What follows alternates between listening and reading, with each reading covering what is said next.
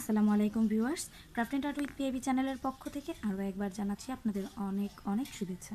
আমি আজকে আপনাদেরকে দেখাবো হচ্ছে কিভাবে কুশি কাটার বো বানাতে হয়। এটা একটু বড় সাইজ কুশি কাটার বো বানানোর একটি টিউটোরিয়াল আমার চ্যানেলে অলরেডি আমি দিয়েছি। সেটা খুব মিনি সাইজ ছিল, আর এখন যেটা করব সেটা হচ্ছে বড় সাইজ। এই বোটা বানালে আপনারা দেখা যাচ্ছে যে টুপি ডেকোরেশনের জন্য ব্যবহার করতে পারবেন এবং বাচ্চাদের জুতার ডেকোরেশনও ব্যবহার করতে পারবেন। তো আমি সময় নষ্ট না করে আমি আজকে দেখিয়ে দিচ্ছি। এটা হচ্ছে সেটি আর উল নিয়ে নিয়েছি আমি, আর নিয়েছি হচ্ছে 3.0 mm কাটা। তো আমি এখন প্রথমে যা করব, প্রথমে আমার এখানে আমি 16টি চেন করে নিব। প্রথমে একটি স্লিপ নট করে নিচ্ছি। স্লিপ নট করে আমি এখানে 16টি চেন করে নিব। 1 2 3 4 5 6 7 8 9 10 11 12 13 14 15 16। 16টি স্লিপ নট করার পরে আমি এখানে 16টি চেন করার পরে আমি এখানে আরও 2টি চেন এক্সট্রা করে নিব। এখন আমি এই 2টি চেন স্কিপ করে তৃতীয় চেনে আমি এখানে একটি সিঙ্গেল ক্রোশেট করব এবং প্রত্যেকটি গ্যাপের ঘরের মাঝখানে আমি একটি করে সিঙ্গেল ক্রোশেট করে নেব। প্রত্যেকটি চেনের মধ্যে আমি একটি করে সিঙ্গেল ক্রোশেট করে নিচ্ছি।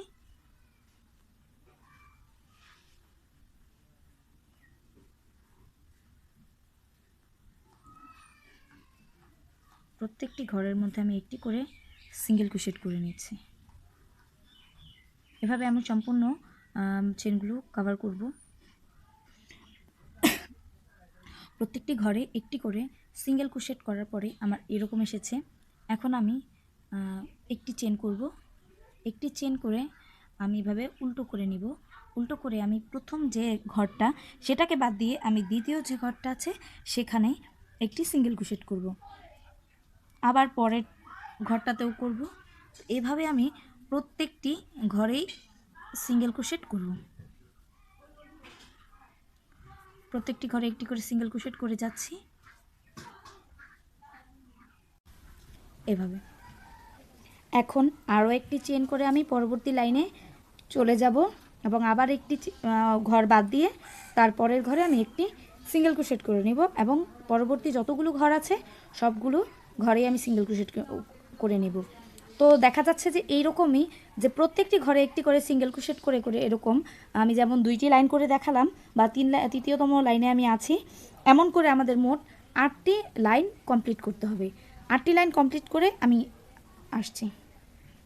এখানে আমি একটি ডাবল ক্রোশেট একটি একটি করে দিয়ে এরকম 8টি লাইন কমপ্লিট করে 1 2 3 4 5 6 7 8 8টি লাইন কমপ্লিট করে আমি এরকম একটা ইসে আসছে। আমি সুতোগুলো কেটে জোড়া দিয়ে নিয়েছি। এখন আমি এরকম একটা সুই, এরকম একটি মাথা ছাড়া সুই আমি নিয়ে নিব, মাথা ভাঙা সুই। তার অপর প্রান্তে আমি একটি গিট দিয়ে নিব। এখন আমি এটাকে এভাবে মাঝখানে এভাবে রেখে এইভাবে একটি ভাঁজ দিয়ে নিব। ভাঁজ দিয়ে আমি এখান দিয়ে এভাবে সুইটাকে ঢুকিয়ে অপর প্রান্তের যে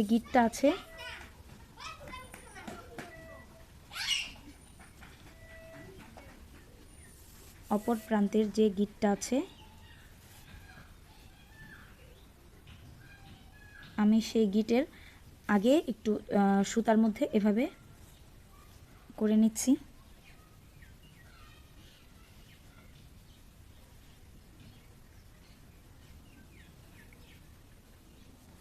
করে এভাবে এখন আমি আবার সেলাই করে নিচ্ছি। খুব শক্ত করে বারবার সেলাই করে নিতে হবে পেছন সাইড দিয়ে। আবার এভাবে ঘুরিয়ে আবার এই পাশ থেকে এভাবে করে নিচ্ছি। এই যে এভাবে। এখন আমি আবার এইখান থেকে এভাবে একটু সেলাই করে নেব শক্ত করে, এবং আমি এখানে কিছু বিড ইউজ করব। আমি এখানে কিছু পুঁথি ইউজ করব। তো এই জন্য আমি এখানে কিছু বিডি নিয়ে নিচ্ছি।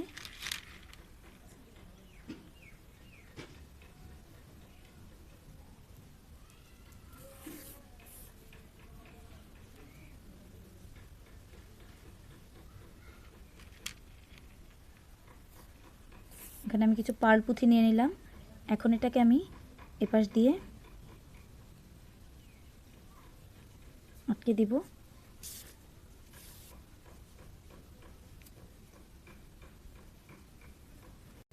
এখানে আমি আরও একটি লাইন পার্ল পুঁথি ব্যবহার করব, এই জন্য আমি আরেকটু সরিয়ে